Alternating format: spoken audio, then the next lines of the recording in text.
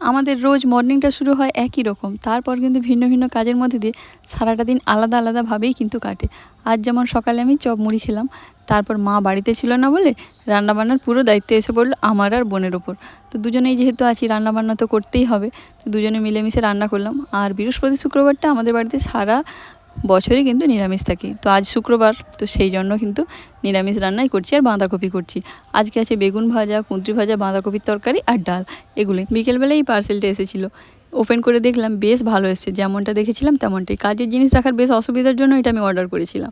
তারপর বিকেলে দুজনে মিলে একটু মার্কেটে গেছিলাম, কটা জিনিসপত্র নেওয়ার ছিল। আর বাজারে গেলে ফুচকা খাবো না এটা হয় না, তাই কাজকর্ম মিটিয়ে দু বোনে একটু ফুচকা খেয়ে এলাম একটু ফুল দোকানে। ফুল দোকানে আসার কারণ এটাই, বাড়িতে পুজোর জন্য ফুল দরকার ছিল, সেই জন্য আসার সময় একটুখানি ফুল নিয়ে বাড়ি এলাম।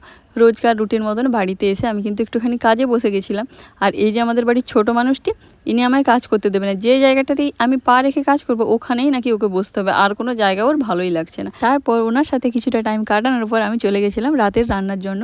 তো আজকে রাতে বানিয়েছিলাম পরোটা, আলু ভাজা আর একটা মিক্স ভেজ, বাস এটাই ছিল। আজকের মতন টাটা, দেখা হবে নেক্সট ভিডিওতে।